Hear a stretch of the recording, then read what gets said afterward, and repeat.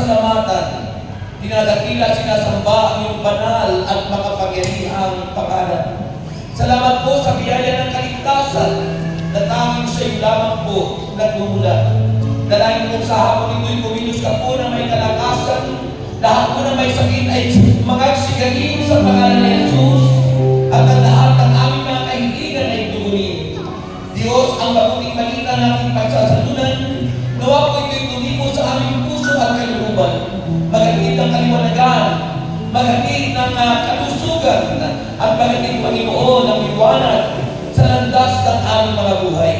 Diyos, gamitin mo ang lingkod mo mightily, boldly, and powerfully, kasama po ang iyong mga kaawit. Sa aming pong kalagitnaan, naniniwala kami ikaw ay kapiling namin, at wini-welcome ka namin, ina-acknowledge ka namin, O Diyos, sa pangalan ni Jesus, sa pangalan ng Ama, ng Anak at ng Espiritu Santo, ating purihin ang Panginoon.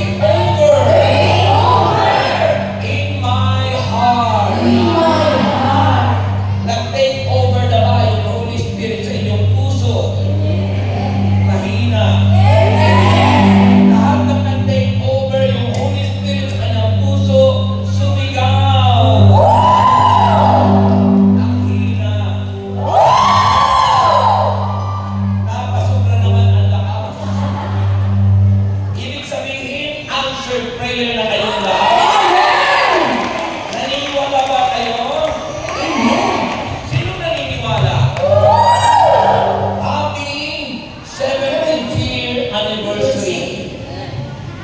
Bakit mahalaga ang Espiritu Santo? Nasisilaw ako doon. Para kayong dalawang prayer meeting, doon ako mamaya. Dalawa magkakapit. So dito muna, mamaya na doon. Okay. Diba? Sabi ko rito ng 1 Corintios 2:14, okay, ganun po. Gaano kahalaga yung Holy Spirit?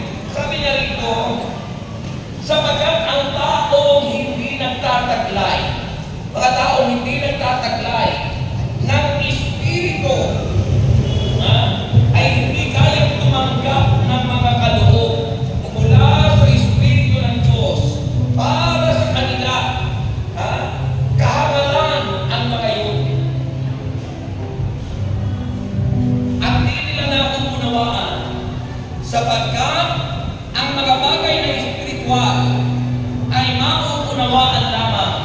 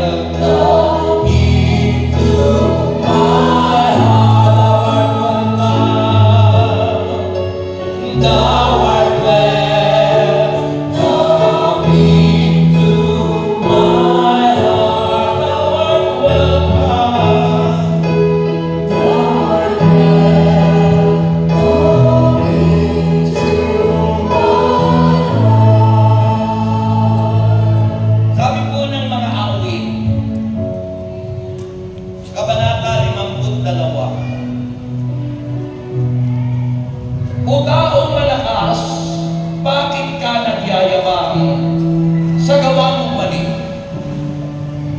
Pag-ibig ng Diyos ang mamamalagi. Balak mo'y wasakin ang iba ng iyong matalim na dila ng pagsisinungaling. Hindi na matindi ang iyong pag-ibig sa gawang masama. Higit na nais mo'y kasinungalingan kaysa gawang tama. Taong sinungaling ang iba'y gusto mong saktan sa salita. Kaya, wawasakit, aalsin ka ng Diyos sa loob ng tulda mong ng mundo, ng buhay, aalisin ka niya. Ito'y makikita ng mga matuwid, matatakot sila, at ang sasabihin, pawang nagtatawa. Masdan mo ang taong sa Diyos di sumasampalataya sa taglay ng yaman, nananangan at nagpakalakas sa kanyang kasamaan. Kahoy na olibo sa tabi ng templo ang aking katulad. Nagtiwala ako sa pag-ibig ng Diyos na di kumukupas. Di ako titigil ng pasasalamat sa iyong ginawa. Ang kabutihan mo'y ipahahayag ko kasama ang banda. Mga kapatid, ang nakasalita ng Diyos. Purihin pa ang mga natin.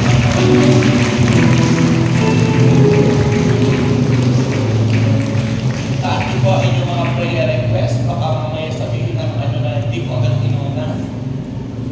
Kasi may mga nagtatanong, unahin ang prayer request, kaya unahin na natin. May prayer request ba kayo? Okay. Naming Diyos, kami nagpapasalamat sa buhay at sa kalakasan. Salamat po, Panginoon, sa biyaya ng buhay at sa mga biyaya mong binibigay mo sa amin. Bahagi nito'y binabalik namin sa iyo, kaya naman namin po namin na ito'y pangako mo na ibabalik sa amin ng siksik, liglig at umaapaw.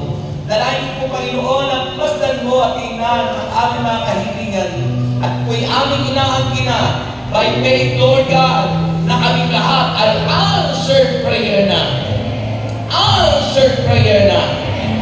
Answered prayer na. Sa pangalan ni Jesus. Anong sagot?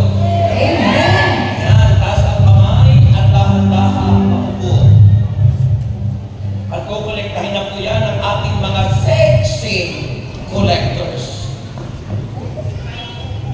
Maupo na po. Wala pong titingin sa nagkukolekta, dito po kayo nakatingin lahat.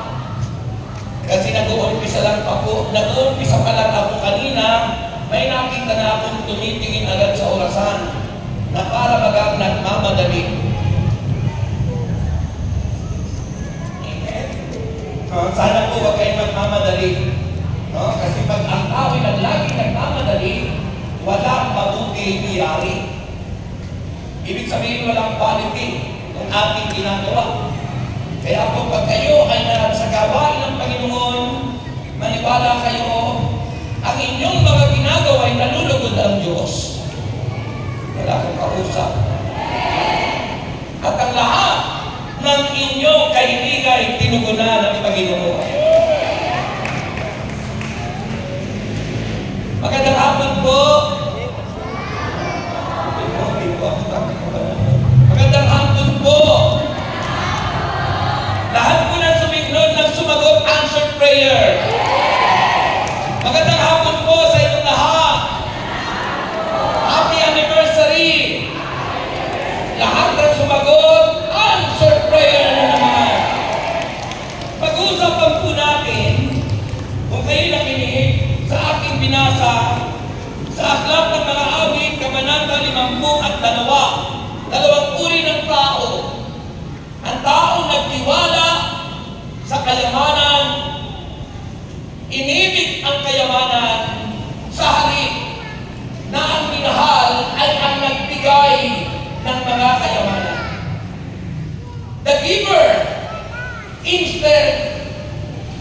gift ang kanilang inibig. Kaya mahalaga po, alam natin, dapat ang minamahal natin yung nagkakaloko, yung nagbibigay, the source of everything, yung pinagmumula ng lahat ng pagpapalad. Kaya dito sa ating binasa, dalawang uri ng tao nagtiwala sa kayamanan sa halip sa Diyos na nagkakaloob ng mga kayamanan. Ngayon, tanong ko, saan kayo magtitiwala? Umasa ka sa Diyos. Sino ang umaasa sa Diyos? Narinig nyo yung balita na naganap sa Los Angeles, California, sa Hollywood. Ako po'y nakalating na doon sa apelido ko, Amerika. Ako po'y amazed na ako'y nandun. Na ako'y umattend ng anniversary sa Los Angeles, California. Nagpa-picture pa ako doon. Doon sa may pangalang Hollywood. At nakaka-amaze ang mga mansions. Napakagagandang mansions. Nakaka-amaze ang mga sports car, ang mga luxury car, mga mamahaling sasakyan. At dinadayo ng mga tourist, ng mga turista. At amaze na amaze sila, humahanga sila. Pero, ano ang nangyari? Natupok lahat. Nasunog, nagkaroon ng wildfire. Hindi nila alam paano nangyayari yun na nagkaroon ng wildfire. At hanggang ngayon ay patuloy pa rin. It's a great miracle. At bago naganap yun, ano po ang nangyari? Ang nangyari ay ganari. Sabi ng Batanggil niyo, ang nangyari ay ganari. Hindi ko naman kayo pag-out ng tirinig, di ako kayo nakatingin. Ang hirap yata nito sa inyo pinag-iwalay nyo. Division para. Magkahiwalay. Siguro ibang grupo rin iba. So, anong nangyari? Nagkaroon po ng awarding. Nagkaroon ng pagbibigay ng award. At doon po sa awarding nila, January ano yun? Hindi ko natandaan yung date. Na sinabi nung nagbibigay ng award, sabi ron, God, the creator of the universe, zero mention. Ibig sabihin, hindi nila pinag-uusapan ng Diyos. Hindi nila binabanggit ang Diyos. Samantalang sabi ng Biblia sa Mateo 18:20, kapag mayroong dalawa o higit na dalawang tao na pinag-uusapan ang Diyos, nandun ang Diyos sa kanilang kalagitnaan. But in LA, sa Hollywood, ang sabi doon, the creator of the universe, no, zero mention. Zero.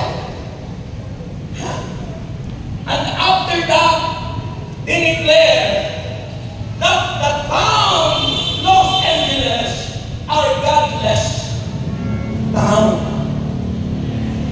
Walang Diyos. Bayang walang Diyos. I declare in Cavite, the creator of the universe, 100% mention in Cavite.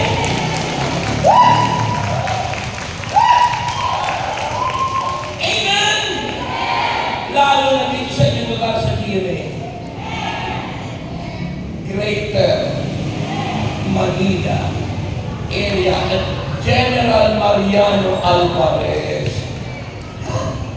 Mga kapatid kay Kristo, kapag nakalimutan natin ang Diyos, kapag di natin pinag-uusapan ang Diyos, baka kuhanin pati buhay natin. Baka kuhanin lahat ng ari-arian natin. sa wake-up call. Yan po'y pagising ng Diyos sa tao. Kapag ang tao ay nakakalimutan ng Diyos, kapag ang tao ay pinabaliwala ang Diyos,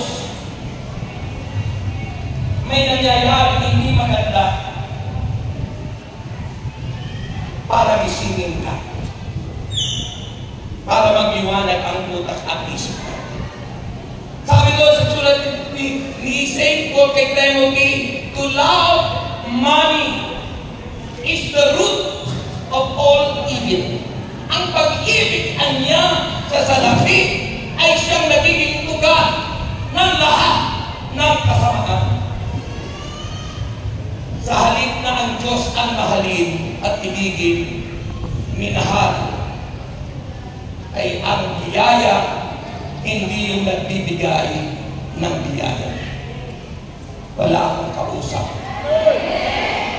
Wala silang mga kamay para purihin ang Diyos. Kaya, ang aking pong isi-share sa inyo, ang sabi naman ng kasulatan, kanino kayo aasa?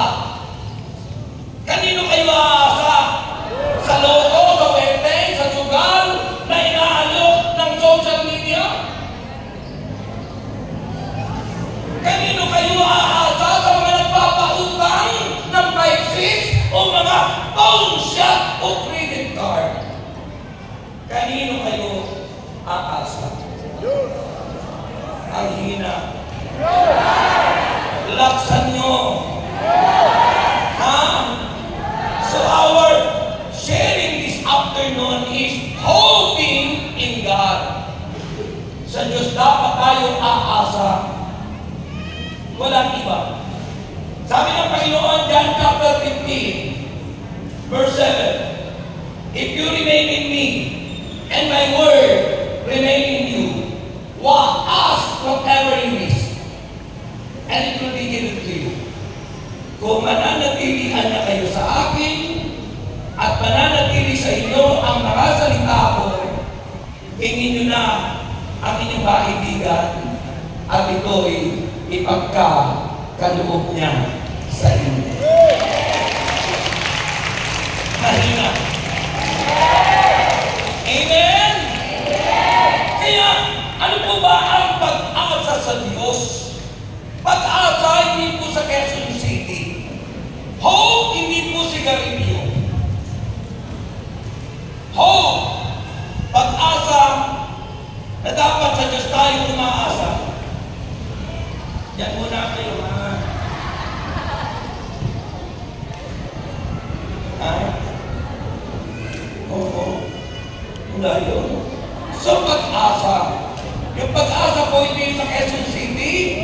Ang pag-asa na sinasabi po natin ngayon ay yung trust, yung tiwala, yung walang ibang aasahan, kundi si Yahweh El Shaddai.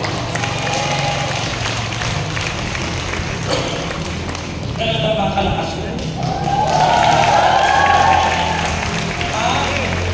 Sabi po, hope in God, yung pag-asa sa Diyos is a total. Total, it means to say, lahat-lahat. Total. Parang sinabi ni Kristo. Ano ba sinabi ng Panginoon? Ha? Ang Panginoon kung tumibig, total. Lahat. Sabi niya doon, ano? Lahat.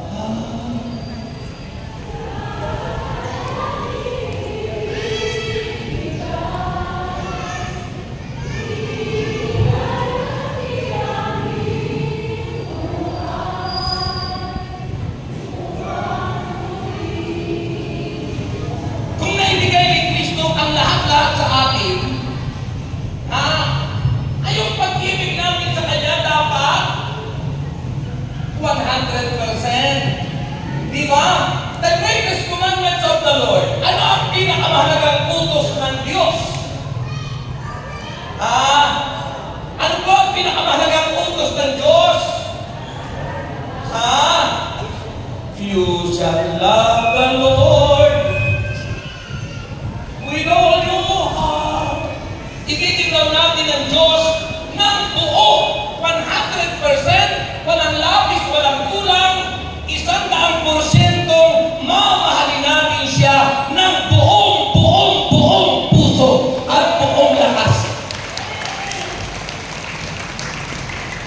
Ito ang hinihingi ng Diyos.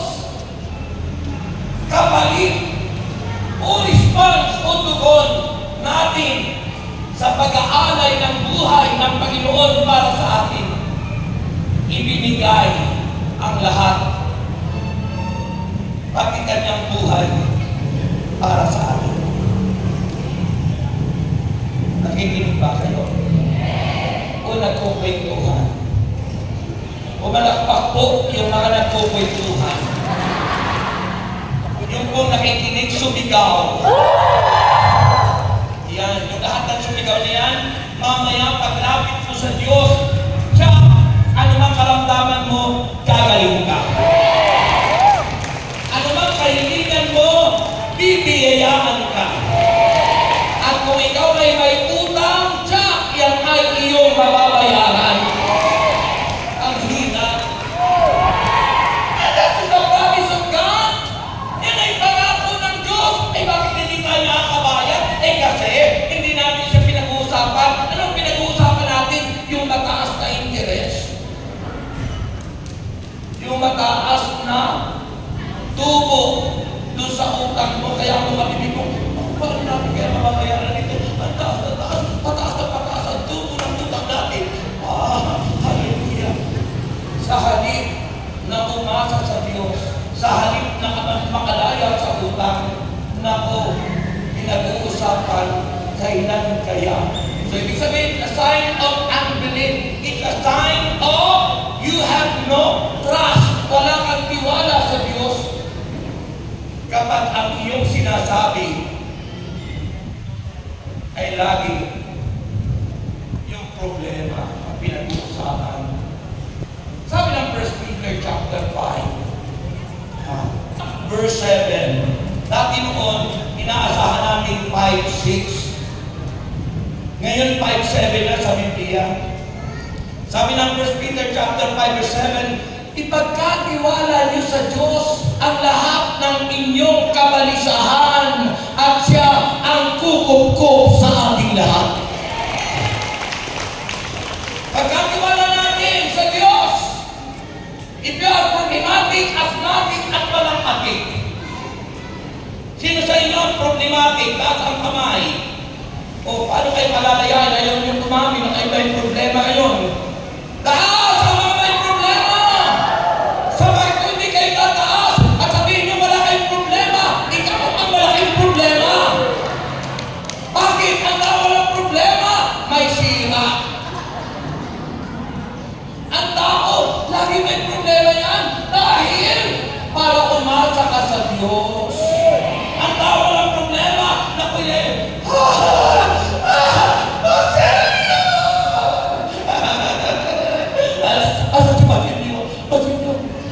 ano yun, susisa, kaluka-luka. Pero yung mga tao, matino, may problema lagi yan. Maaaring yung mister mo, dahil ang sinamahan ng mister mo, yung kumari mo. Sabi kayo na ni Father, di ba, no? Simba ng simba, pero ang asawa ang kinakasama, hindi naman niya asawa. Sabi ni Father kanino? O di ba? O, hindi lang tayo gumagawa ng corporal work of mercy. Na yun ang hinihingi ng Diyos. Ano ba yung corporal work of mercy? Yun yung sinabi ng Panginoon, no, ako'y walang maisuot, ako din yung binigyan ng damit. Yung iba pinaligtad. Noong ako'y walang maisuot, pinanuot niyo lang ako dahil ako'y hubot-hubad. Hindi niyo ako binigyan ng damit. Nung ako'y walang makain, sinabihan mo pa ako, buti nga, wala kang makain. Nung ako'y nagkasakit, sabi ng Panginoon, ako'y nang dinalaw. Yun ang hinahin ng Panginoon. Tapos sinabi ng Panginoon, sapagkat niya, kung ano ang ginawa mo sa iyong kapwa, ginawa ninyo sa akin. Ayun yung tunay na nagmamahal sa Diyos. You cannot say that I love you without loving people. Kung hindi ka nagmamahal sa iyong kapwa, hindi mo pwedeng sabihin, mahal kita. Basta mahal kita. Iniisip. Sayang wala tayong tugtog.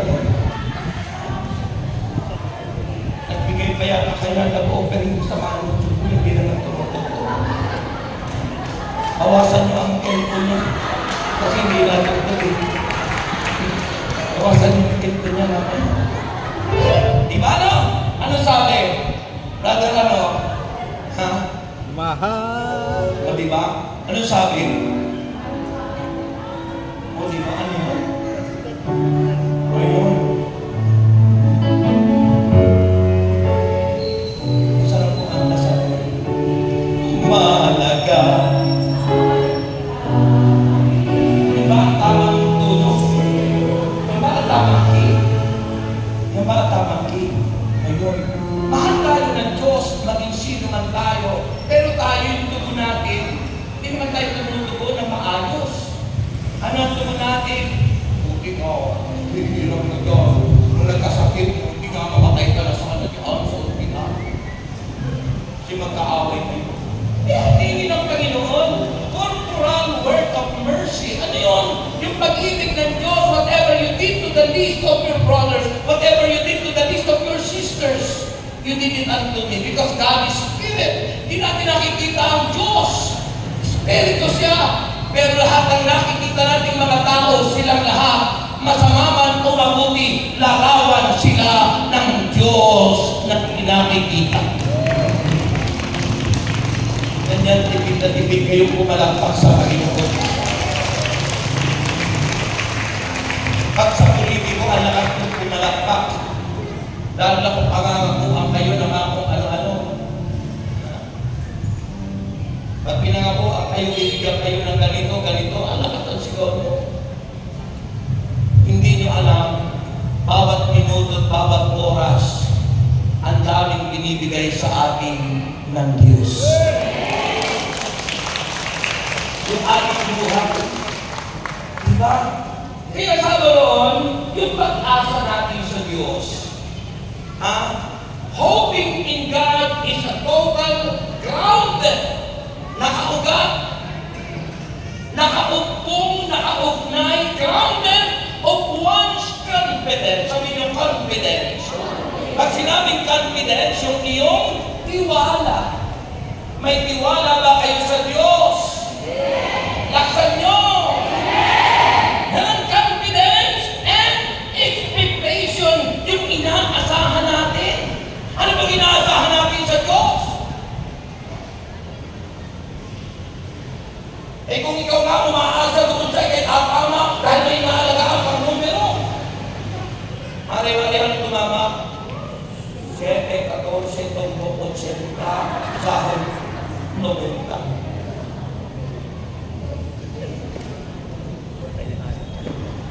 Yung inaasahan, expectation in God's goodness, yung kabutihan ng Diyos, God's goodness, and providential care. Jehovah Jireh, my provider. Galit yata si brother. Galit na. Parang nagulat ako.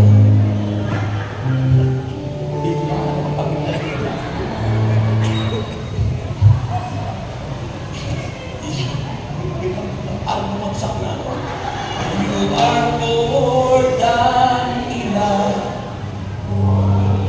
O Jehovah Jireh, ibig sabihin na Jehovah Jireh, God the provider. Kaya sabi doon sa ating sinasabi, the providential, that to provide, nagbibigay ang Diyos, nag-iingat sa atin. Providential care. Paano ba nag-iingat ang Diyos, di ba? Paano nag-iingat ang Diyos? Lagi tayong sinasamahan, lagi tayong inuobserbahan, lagi niya tayong ginagabayan sa pamamagitan ng banal na Espiritu ng Diyos! Amen? Nakikinig ka kayo ini. Kahit ako nandun sa kabila. Parang naalala ko yun yung namatay yung mayaman at saka si Lazaro. Nilagyan ng pagitan, bangin. Hindi kayo mga nandito, hindi kayo makakatabi doon. At yung mga nandito, hindi kayo makakapunta rin eh. Ganun yung gawa ng Diablo, dinidivide, hinahati ang lahat. Ano? Sabi doon sa John 10:10, ang magnanakaw pumunta rito, ang magnakaw magwasa. tumagay. Ngunit ang Panginoon Jesucristo na palito upang tayo kanyang mga tupa ay bigyan ng buhay. Isang buhay na ganap at kasiya-siya! Amen! Papagurin ako ito sa aking ganito.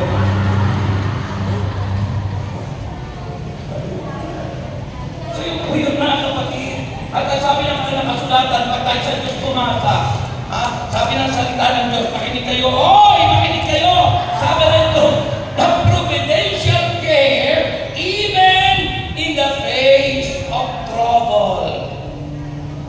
Sa kabila ng mga pagsubok sa buhay, huwag mong hahayaan na mawala ang iyong tiwala at pag-asa sa Diyos.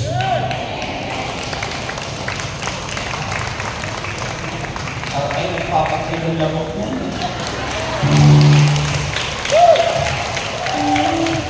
Diba? Ano po ang kailangan natin? Dahil mahalaga yun. Huwag na huwag niyong aalisin ang pagtitiwala at pag-asa natin sa Diyos.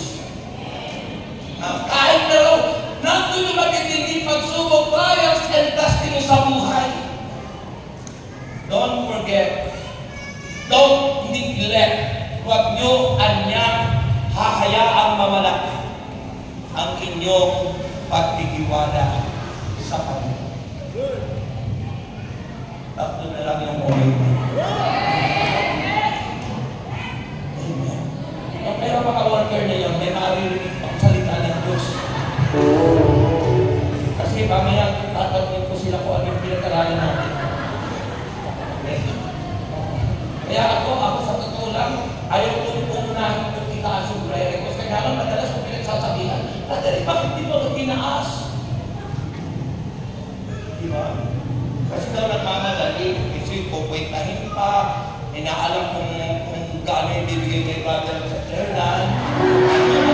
Kaya sila nagmamadali sa mga workers. Hindi lang dito. Minsan galing pa yung mga nagpupunto sa isang pizza yun. Bakit hindi mo tinasabi? Kasi ang nalalamangan nyo sila. Bakit? Kayo nakikinig sila parang si Marta. Sabi ng Panginoon, mas binigyan ni Maria ang salita ng Diyos. Ay si Marta ay nagreklamo pa. Panginoon, sabi mo naman kay Maria, natulungan ako dito. Hirap na akong magkwenta sa koleksyong malaki. Hindi ko. Purihin ang Panginoon. Purihin! Amen! Now, dito naman, dito. Hope. Sabihin nyo, hope. In God. Why it is so important? Bakit mahalaga ang ating pag-asa sa Diyos? Bakit mahalaga na tayo pumasa sa Diyos? Number one. Number one. Nandito ako, baka kayo dito nakikinig sa akin dito. Number one, hawak sa baywang. Nakahawak na kayo. Una, bakit mahalaga ang pag-asa natin sa Diyos? Sabi ron, hope in God is commanded. Ang pag-asa natin sa Diyos ay inuutos.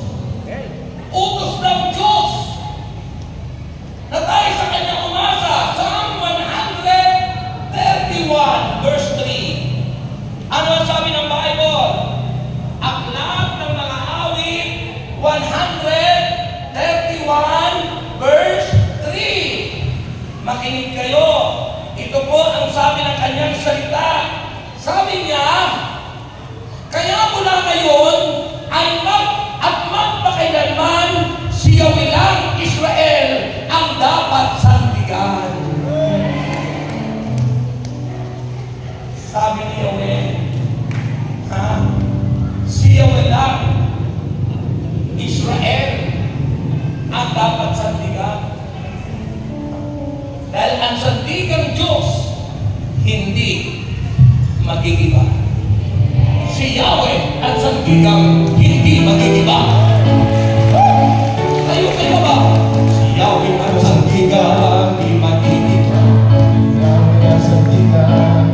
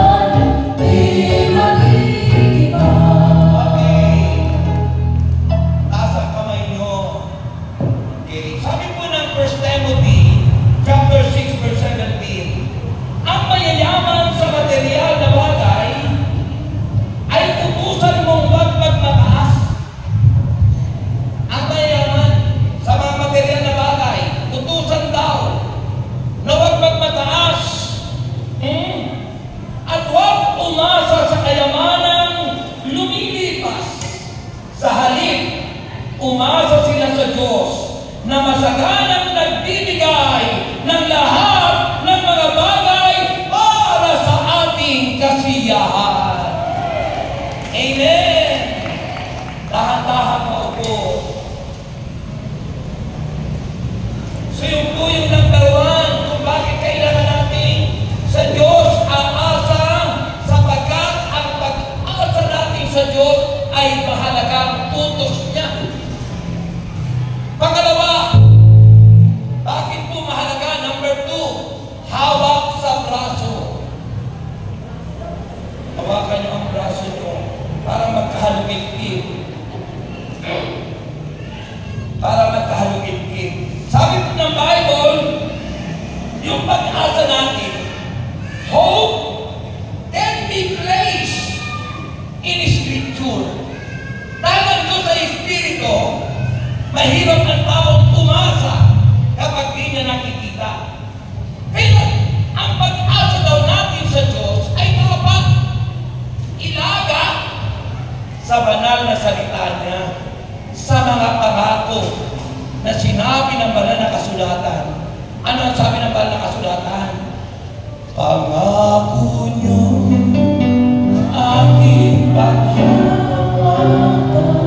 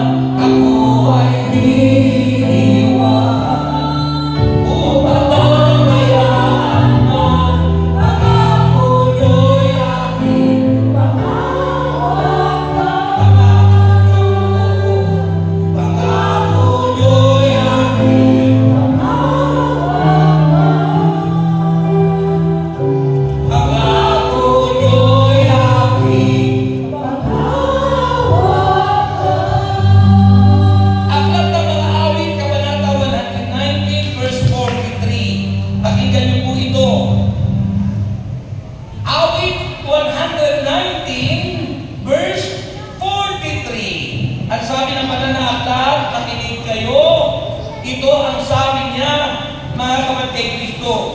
Tulungan mong ihayag ang mga katotohanan. Pagkat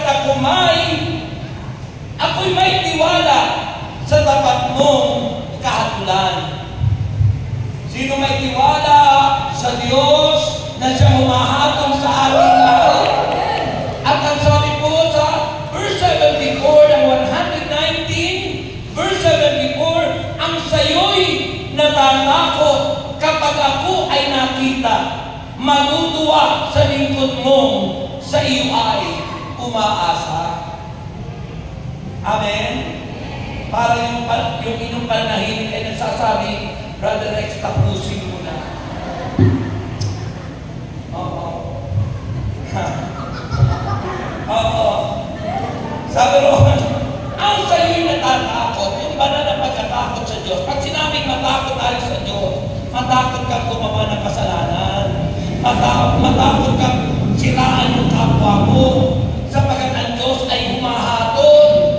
Saan daw tayo hatulan? Hatulan tayo sa ating mga inisip, sinalita, at ginawa. Ano ba ang nasa isip mo? Habang ikaw ay nakikinig, iniisip mo ba? Ano kayang ginagawa na ng mister ko? Baka may masamang ginagawa na silang dalawa ni Inday. Nakikinig nga, pero iba yung iniisip. Ha? Naniniwala nga at nagtitiwala sa Diyos, pero yung kaisipan niya, taliwas.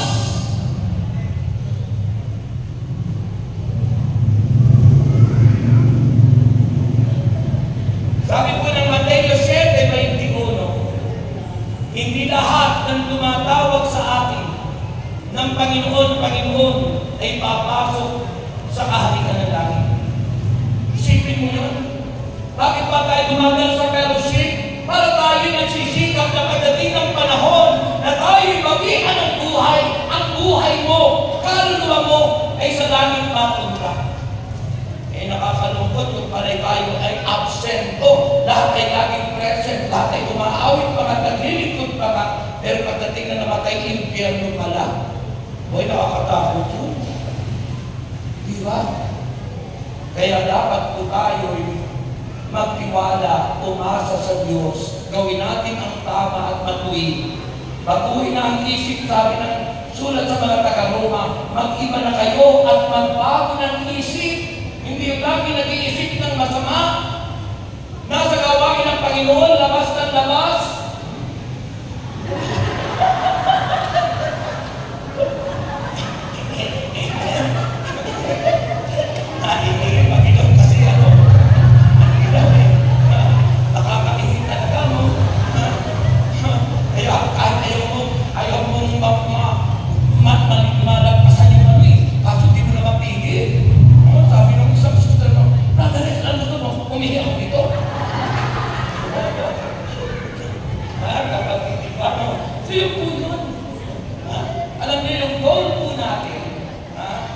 Yung mithiin natin kung bakit tayo tumagal sa fellowship, bakit tayo tumanggap kay Kristo, bakit tayo ay nagsisikap, we're striving to be holy because all have sinned.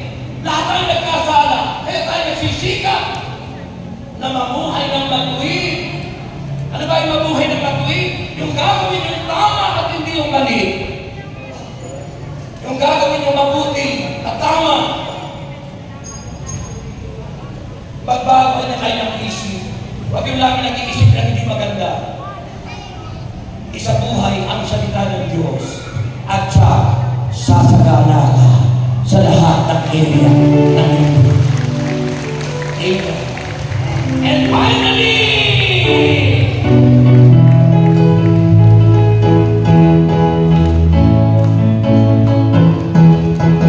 ano kaganahan ang aking nadarama? Sabihin ako'y nakikinig ng banal na salita. Nalaman ko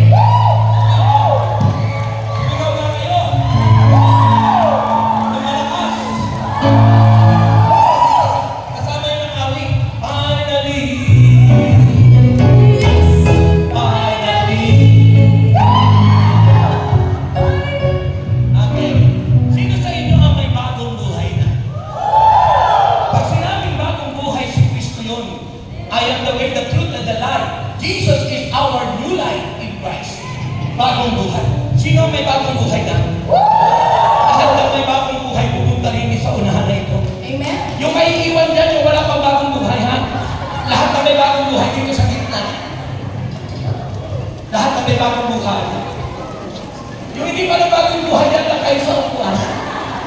Huwag kayo magdikit-dikit, ha? Baka kayo masunog. Huwag kayo magkakayakay. Baka may maamoy kayo. Okay. Okay. Anong ebidensya na kayo may bagong buhay? What are the evidence that you have new life in Christ? Yung talagang naiwan doon, talagang hindi nagpunta mo. Masunurin talaga. Masunurin talaga yung mga hindi pa nagkarubuhay na doon talaga. Okay. Sabi niyo, okay. Okay ba kayo? Kasi napagod na ako ng pagkakaroon. Ako nagtsaga na lang. Grabe, kung nagtsaga ko. Hindi man lang naghaba ako tumagal na may tugtog man lang. Hindi ako mapapagod. Okay. So, alam niyo nung ako tanggapin ko si Kristo, bago ako tumanggap sa Kanya, alam niyo, talagang ang pangit-pangit ng ako ng buhay namin. Ako po ay nulungoon sa bisyo na yung beer house. Madalas po ako sa Alibangbang sa Cubao. Alibangbang, pagkatapos po yung uling sa may Show Boulevard. At madalas din ako dyan sa may Baclaran. Marami diyang beer house kasi trabaho ako sa RF Sogay Construction sa may Pasay. Yung heritage hotel na yun, yung ginawa niyo namin. Alam mo, ako nagsisimba pero wala sa puso ko. Pag ako nagsisimba, inaabang ako po yung mga babaeng nandiyo sa unahan para doon ako sa lingura nila tatayo. Para pag lumuhod yung mga babae, kitang-kita ko yung legs. Inaabang ko po yun. And then pagkatapos po nun, dahil sa mahilig ko ako sa beer house, inom ng alak, tapos yung bayaw ko ang nagsama sa akin.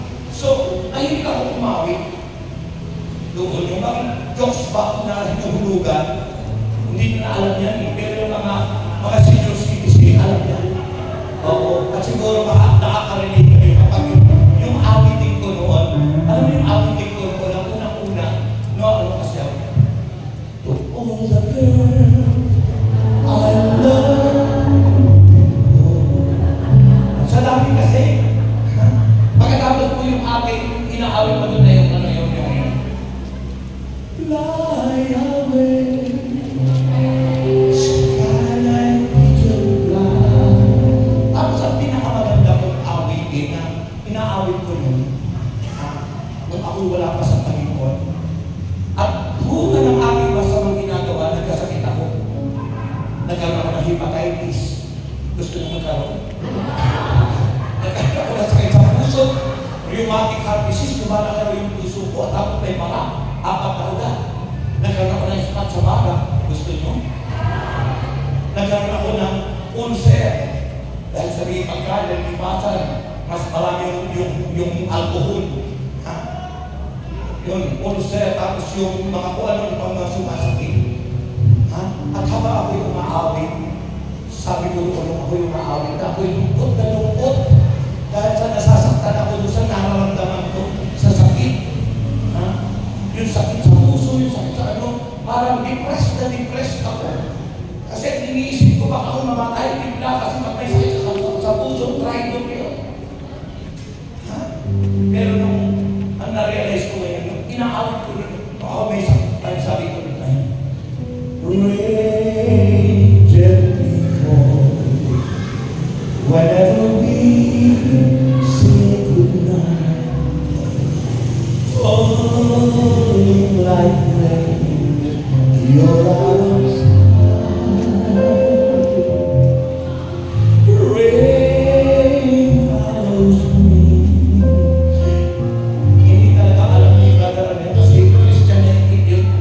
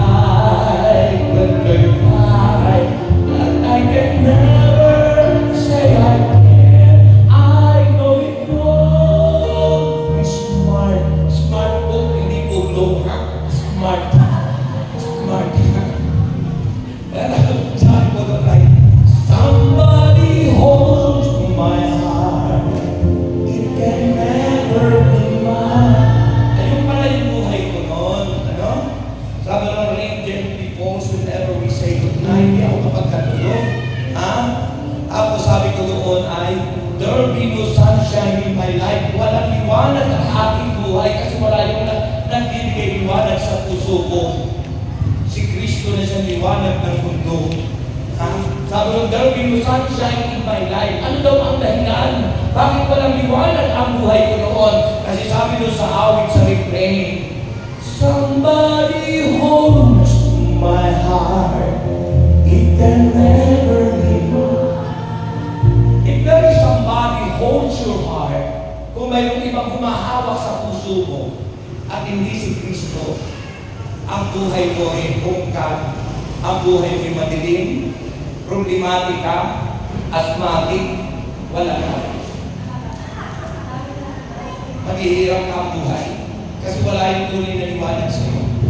Kaya umiiyak yung mahawit mo sabi niya, umiiyak siya, hindi siya mapagkatulog habang pumapatak ang ulan.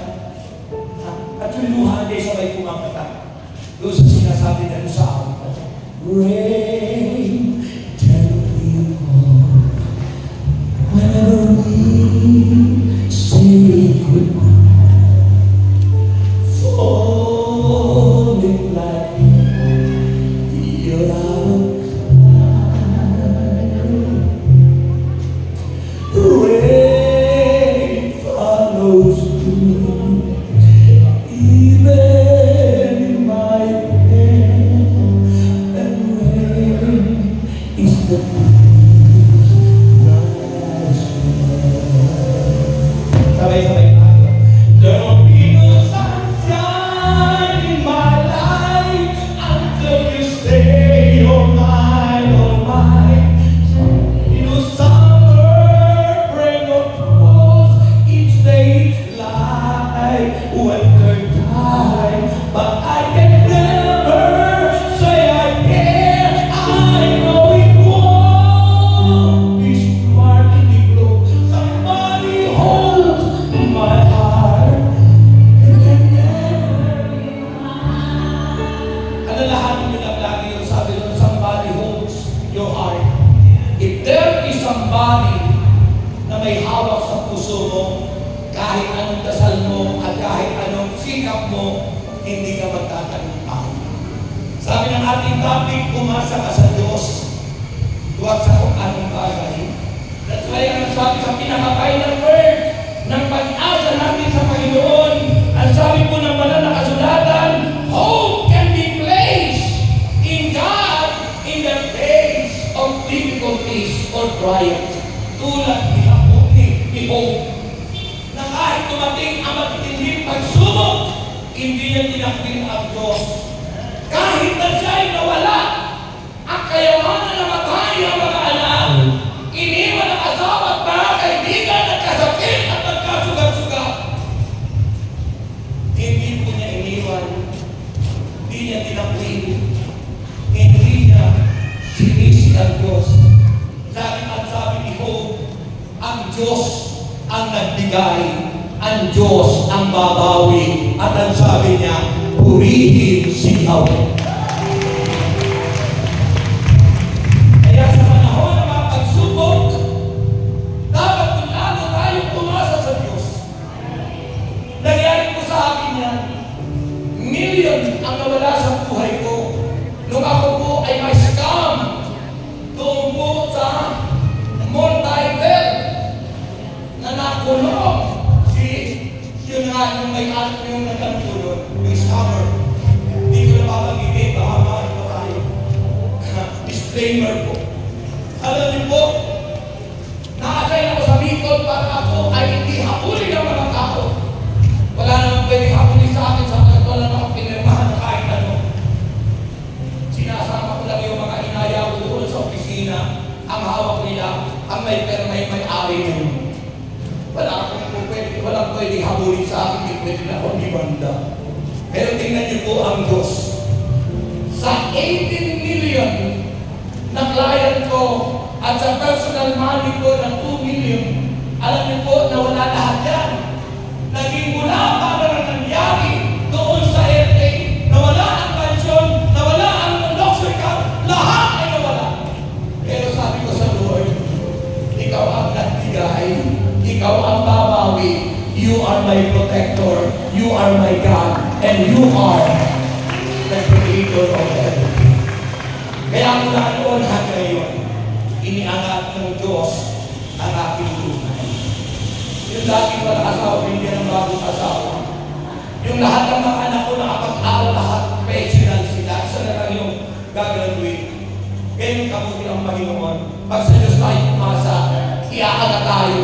Kapag sa Diyos tayo umasa, di tayo naiiwan, hindi na tayo papabayaan. Nasaan niyo mga kamay? Sabi niyo, Panginoon, mula po ngayon, sa iyo na lang ako aasa.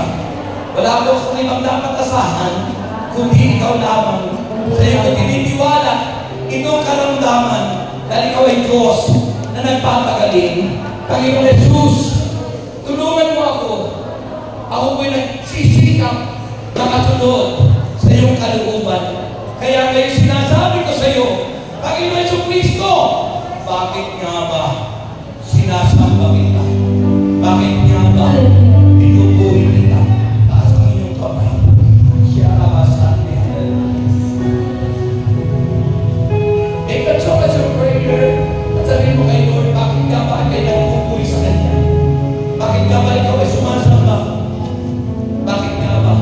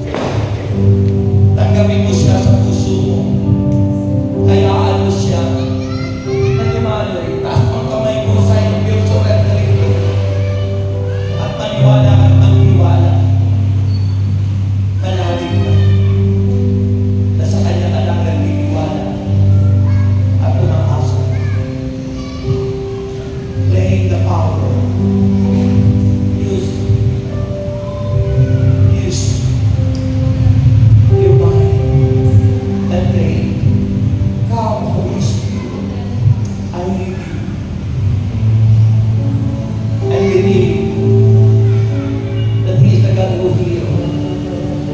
Believe that He is the God who heals. Maniwala ka na siya yung Diyos na nagpapagaling.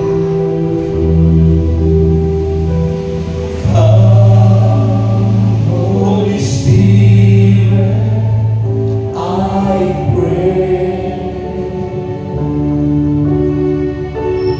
Come with your strength, your power. Come with your own special way. Come like a spring in the desert.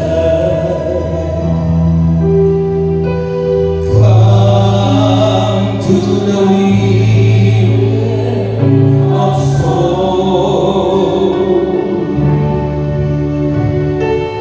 Lord, let your spirit in power touch me and make me whole. Let's have the song softly and claim the power. Ang kinig mo ang pagdalo. Ama namin Diyos, You are the great healer. You are the creator of every one of us. At Ikaw din po ang pwedeng magpalaya, magpagaling sa amin. Kahit kailangan kami ng titiwala, sa iyo lang kami umaasa. At inaamig ko, Panginoon, ang pagdalo ng Espiritong Banal ang buhay ng bawat isa. Tumaloy mula unong ganda ng bakal. Pagalingin ang lahat ng sakit at karamdaman. In the name of Jesus Christ of Nazareth, by the power of the Holy Spirit, Halina Espiritu Santo, Halina Espiritu Santo,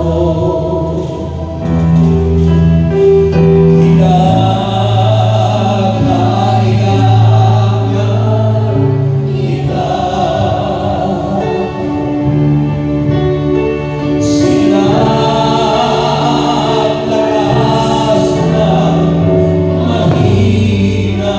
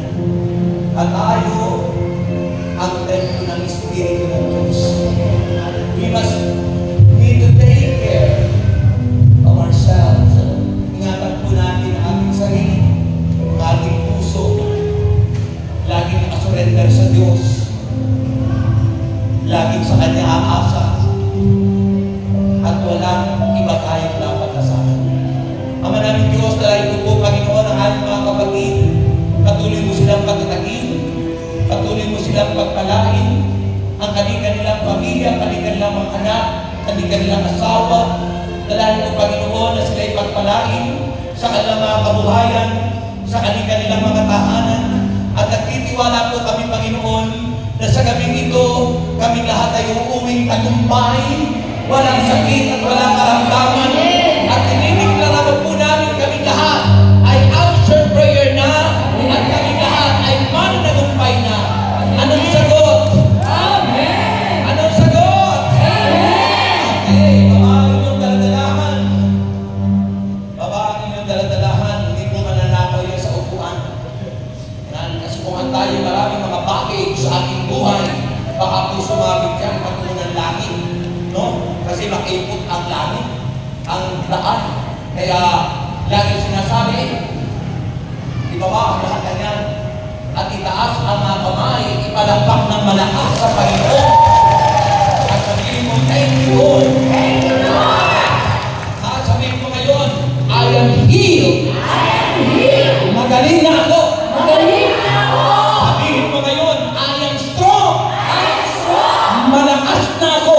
Malakas na ako. At sabihin mo ngayon, I am rich. I am rich. Mayaman na ako. Mayaman na ako. At sabihin mo ngayon, I am more than conqueror. I am more than conqueror. Ako'y mananagumpay na. Ako'y mananagumpay na. Sa ngalan ni Jesus. Sa ngalan ni Jesus. Ang sagot. Amen. Wala kayo kayo sakit. Amen. Because we declare that we are all good health. Wala tayong karamdaman. Kung ano ang inyong isipin at sabihin, yun ang mangyayari sa inyo. Yun ang mangyayari sa buhay natin. Ang mga tao naging mukhang mahirap ang buhay, naghihirap ang buhay. Ang mga tao pinidipera, mayaman ka na, sasakana ka, yayaman ka na, at pagpapalang. Amen. Okay? Handa na kayo? Amen. Ready na kayo? Amen. Na tumanggap ng bonus. Amen. Ang isisigaw nyo sa inyong pagtanggap ng bonus at sabihin nyo, Jesus! Jesus! Ikaw ang kayamanan ko. Ikaw ang kayamanan ko! Okay, 3 beses yan. Bawat hadis ko, isipin nyo na.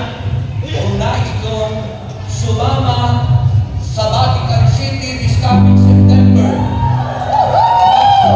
makipag-ugnayan kayo sa ating Sister White, sapagkat ang delegate ng Pilipinas ay hanggang 30 tao lang. Kaya yung first come, first serve, na isumama sa Vatican City sa tinatawag na, ano yung tawag yun, every 25 years? Jubilee year. Yan. Kasabay ng anniversary ng LA, ng Amerika, Canada, at Europe. Okay? Ready na kayo? Amen. Okay. Ano sisigaw nyo? Jesus! Ikaw ang kayamanan ko!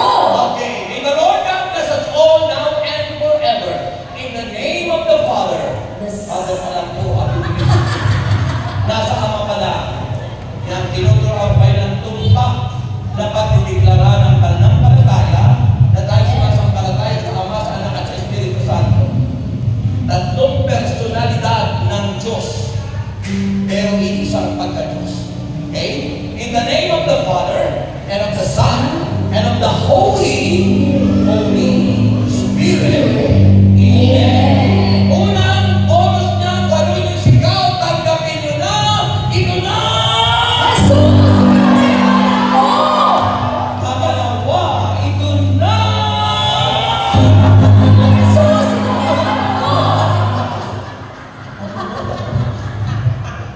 And finally, ito na, siguraduhin nyo, it is by faith, you receive it. Kung may pananampalataya ka, ako, 25 countries ang napuntahan ko na po. Kasama na po doon yung tour at mission. Pati apelido ko napuntahan ko, Amerika. At ang mga sabihin ko, nangyayari, nagaganap, sapagkat dahil sa pagsampalataya at pagtitiwala at pag-asa sa Diyos. Sa kanyang mag-iasa, siya mangyayari. Amen. Ito na yung panghuli, isipin yung mabuti. Ito na.